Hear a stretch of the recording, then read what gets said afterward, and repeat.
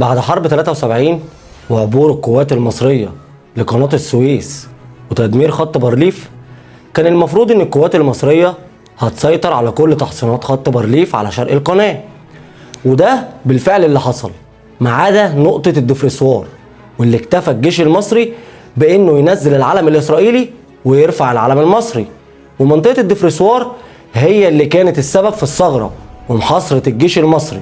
وعشان تعرف ايه علاقة منطقة الدفرسوار والثغرة بمعركة المزرعة الصينية وايه اللي حصل بالظبط وازاي قدرت القوات المصرية انها تذل القوات الاسرائيلية، تابع معايا الحلقة في حكاية بره المنهج. مع بداية حرب اكتوبر قدرت القوات الاسرائيلية انها تصد الهجوم على الجانب السوري، وكمان قدرت اسرائيل انها تطور الهجوم لدرجة انهم كانوا قريبين جدا من العاصمة دمشق. وفي الوقت ده طلب الرئيس السوري حافظ الاسد من الرئيس المصري انور السادات انه يطور الهجوم على الجبهة المصرية عشان يخفف الضغط على الجهة السورية.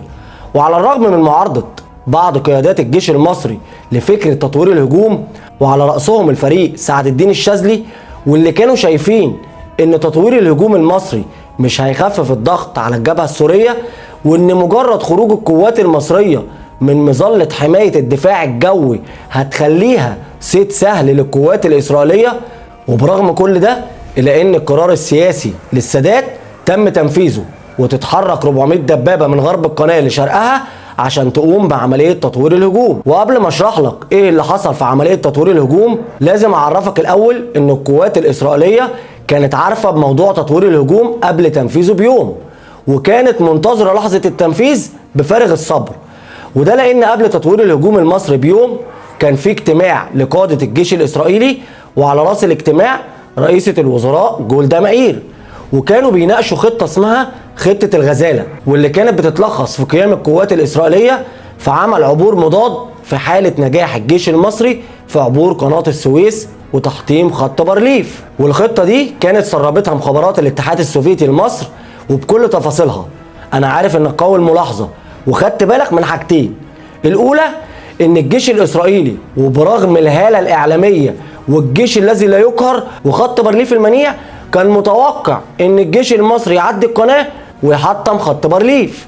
والتانية انه برغم علم القوات المصرية بخطة الغزالة من قبلها بسنين، القوات الإسرائيلية نجحت في تنفيذها ومحاصرة الجيش المصري، واللي اتعرفت بعد كده بثغرة الدفرسوار. نرجع تاني لاجتماع قادة الجيش الإسرائيلي، ويخرج الجنرال حيين بارليف قائد الجبهة الجنوبية ويقول لجولدا مائير اننا لازم ننفذ خطة الغزالة ونعبر لغرب القناة ونحاصر الجيش الثاني والثالث ونقطع عنهم الامدادات، وبعدها نحتل مدينة الاسماعيلية ومدينة السويس قبل ما يتدخل مجلس الامن ويصدر قرار بوقف اطلاق النار، والا هنكون خسرنا كل حاجة. لكن في البداية رفضت جولدا مائير الاقتراح لانها كانت خايفة من رد فعل القوات المصرية اللي موجودة غرب القناة.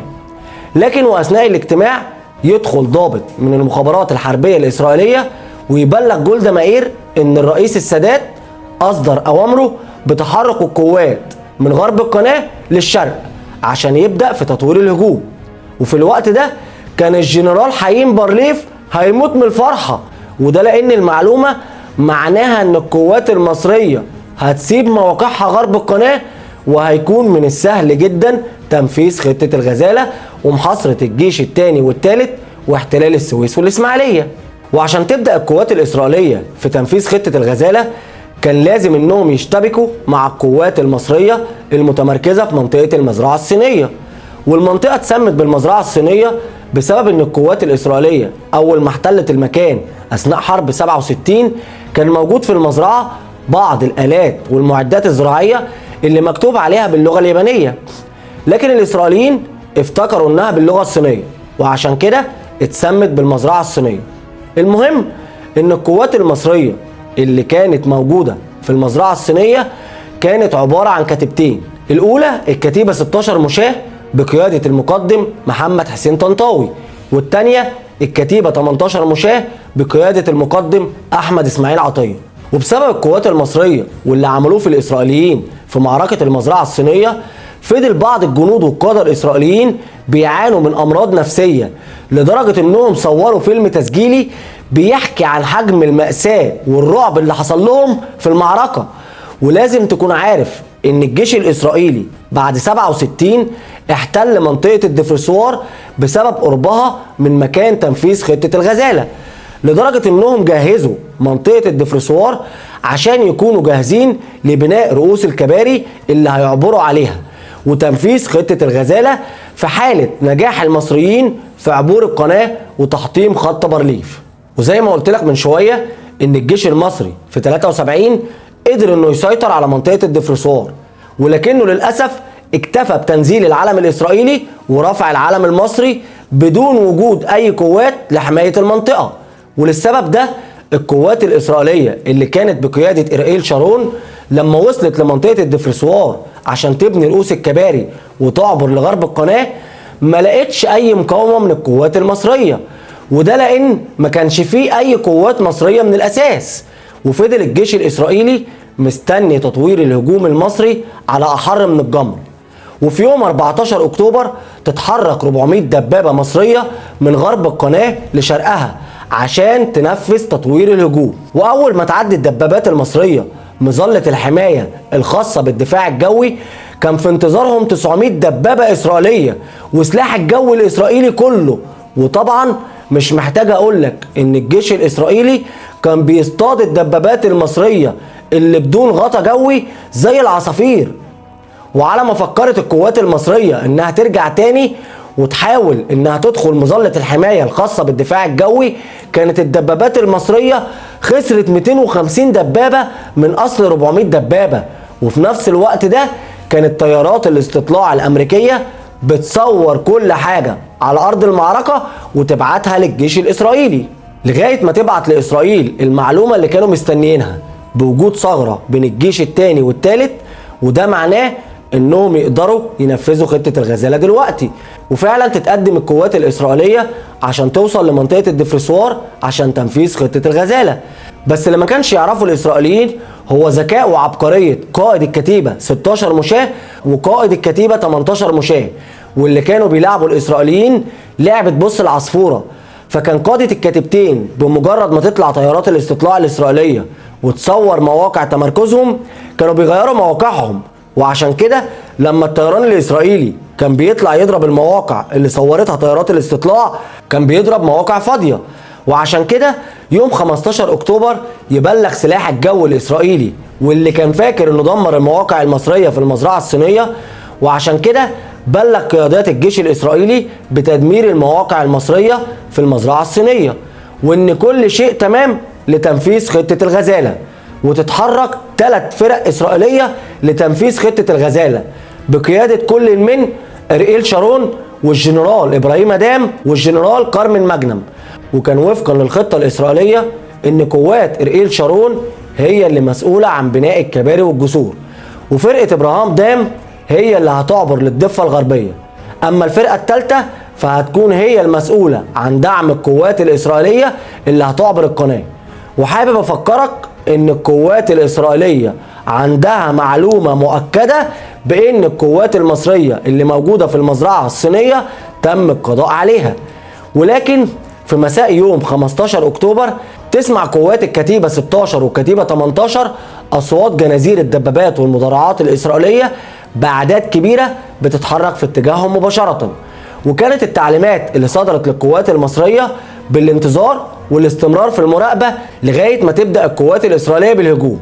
وبالفعل تبدأ القوات الإسرائيلية الهجوم على الكتيبة 18 مشاة بقيادة المقدم أحمد إسماعيل عطية، وكان بينفذ الهجوم 280 دبابة ولواء مظلات، بالإضافة لقوات الدعم بقيادة إبراهام دام واللي كانت بتتكون من 300 دبابة وفرقة ماجنم واللي كانت بتتكون من 200 دبابة، بالإضافة للواء مشاة ميكانيكي. وكل ده في مواجهة كتيبة مصرية عبارة عن كام دبابة وشوية عساكر. لكن مع بداية الضربة الإسرائيلية تخسر القوات الإسرائيلية 12 دبابة، وتقوم الكتيبة المصرية بتطوير الهجوم عشان تخسر القوات الإسرائيلية ل60 دبابة تانيين. وفضلت الاشتباكات مستمرة لغاية الساعة 1 بعد منتصف الليل. وبقت القوات الإسرائيلية فحاولت انها تطور الهجوم على الكتيبة 18 عشان تخسر القوات الإسرائيلية 10 دبابات و4 عربيات نص مجنزرة. عشان تكون خسائر القوات الإسرائيلية من الكتيبة 18 82 دبابة و4 عربات نص مجنزرة وعدد كبير من الجنود. فتقرر ساعتها القوة الإسرائيلية إنها تلف ناحية الكتيبة 16 مشاة. وكان المقدم محمد حسين طنطاوي قائد الكتيبة ورجالته جاهزين للقوات الإسرائيلية، وأمر الرجالة إن محدش يضرب نار غير بإشارة ضوئية منه شخصيا. وفضل هو ورجالته بيراقبوا تقدم القوات الإسرائيلية لغاية ما أكبر عدد من الدبابات الإسرائيلية يدخل لدايرة ضرب النار. ومع إشارة المقدم محمد حسين طنطاوي تفتح القوات المصرية أبواب جهنم قدام القوات الإسرائيلية. وفي خلال ساعات قليلة تقدر الكتيبة 16 إنها تدمر لواء مدرع بالكامل وتحاصره. ولما وصلت المعلومة لأرئيل شارون باللي حصل للواء المدرع، قرر إرسال لواءين مدرعين عشان يخرجوا اللواء المدرع المحاصر، لكنهم ما عرفوش يفكوا أسر اللواء المدرع من إيد الجنود المصريين. ولما أمر شارون بإرسال لواء مظلي اكتشف إن الموضوع هياخد وقت طويل، فراح قايم بإرسال 2000 جندي مشاة على ما يوصل اللواء المظلي. ولكن مع كل المحاولات الإسرائيلية الأسد المصري انقض على الفريسة ومش هيسيبها لحد ما يموت أو يقضي عليها. وفضل اللواء المدرع محاصر من الكتيبة 16 وبيتسلى عليه الجنود المصريين. وبيحكي المقدم محمد حسين طنطاوي واللي أصبح بعد كده برتبة المشير إن الإسرائيليين قاموا بنشر كتاب اسمه عيد الغفران، واللي كان بيحكي عن أحداث حرب أكتوبر، وتم ذكر المزرعة الصينية في الكتاب. وخلي بالك إن اللي بيتكلم هنا إسرائيليين، يعني أكيد 100% هيقللوا من اللي حصل ويحاولوا يخلوه لصالحهم. فقالوا على بعد كيلومترات من القناة كانت لا تزال المعركة دائرة حول المزرعة الصينية. وعندما حل يوم 16 أكتوبر كانت لا تزال المعركة مستمرة، فقد تعطلت القوة الإسرائيلية التي تهاجم الموقع منذ 48 ساعة ومنيت بخسائر فادحة. وعندئذ تقرر اللجوء لوحدات المشاة والمظليين للقضاء على التحصينات المصرية المضادة للدبابات. ويروي قائد هذه القوات تفاصيل هذه المعركة ويقول: لقد وضعوا أمامنا خريطة وقالوا لنا أن هناك وحدة مصرية بجوار الشاطئ، وأن التحصينات التي يملكها العدو المصري تحول بيننا وبين تعزيز قواتنا في مهمتنا، ومهمتكم إذن هي تطهير هذه التحصينات بأسرع ما يمكن. وعندئذ تقدمت ليلا مع وحدات المظلات حتى بضع مئات من الأمتار صوب الهدف، غير أن وابلا من الرصاص كان في استقبالنا. ولسوء الطالع اصطدم المظليون بمواقع مصرية محصنة. ورغم احتدام المعركة طوال الليل إلى أن قوات المظليين فشلت في تحقيق أي نصر أو حتى الانسحاب، وقد استمر إجلاء الجرحى طوال الليل، كما أن فرق الإغاثة تعرضت بدورها لخسائر فادحة. وعند الفجر كان لابد من إنقاذ ما يمكن إنقاذه من قوات المظليين، فأرسلنا قوة مدرعة لإخلاء من تبقى على قيد الحياة. وده كان كلام الإسرائيليين نفسهم عن معركة المزرعة الصينية، لدرجة إن جنرالات وجنود إسرائيليين من اللي شاركوا في معركة المزرعة الصينية قاموا بتصوير فيلم تسجيلي بيحكي عن المعاناة اللي عانتها القوات الإسرائيلية أمام الجنود المصريين.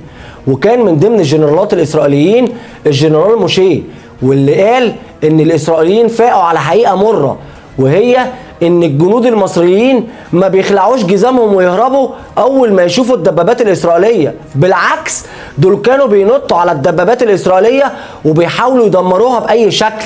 وواحد من الجنود الإسرائيليين قال إن كل اللي كان فاكره في المعركة بتاعة المزرعة الصينية إن هو وزمايله كانوا نايمين على الأرض بسبب ضرب النار اللي ما بيوقفش فوق راسهم.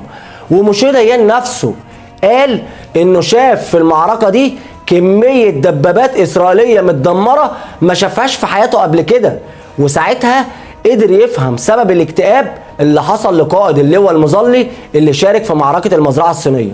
وبرغم بسالة وشجاعة الجنود المصريين والخسائر الكتير اللي حصلت للقوات الإسرائيلية، قدرت باقي قوات أرئيل شارون إنها تستغل انشغال القوات المصرية في المعركة، وقدروا إنهم يوصلوا لمنطقة الدفرسوار ويركبوا الكباري ويعبروا لغرب القناة. واستكمالا لخطة الغزالة كان المفروض ان القوات الاسرائيلية هتحتل السويس والاسماعيلية، لكن بمجرد دخول قوات شارون الاسماعيلية تطلع عليهم قوات الصاعقة المصرية ويعملوا معاهم الواجب وزيادة حبتين وشوية. ونروح بقى للقوات اللي حاولت تحتل مدينة السويس، ودي بقى دخلت وما خرجتش. المقاومة الشعبية المصرية قدرت انها تحاصر القوات الاسرائيلية وتتسلى عليهم داخل مدينة السويس. وخليك فاكر كل الاحداث اللي حكيتها لك في الحلقة النهاردة، عشان لما يجوا بعد كده زي العادة ويحاولوا يغيروا الحقيقة ويقولوا لك انهم انتصروا وانهم كانوا قادرين انهم يدخلوا للقاهرة ويحتلوها، قول لهم بأمارة ايه؟ بأمارة اللي حصل لك في السويس ولا اللي حصل لك في الاسماعيلية؟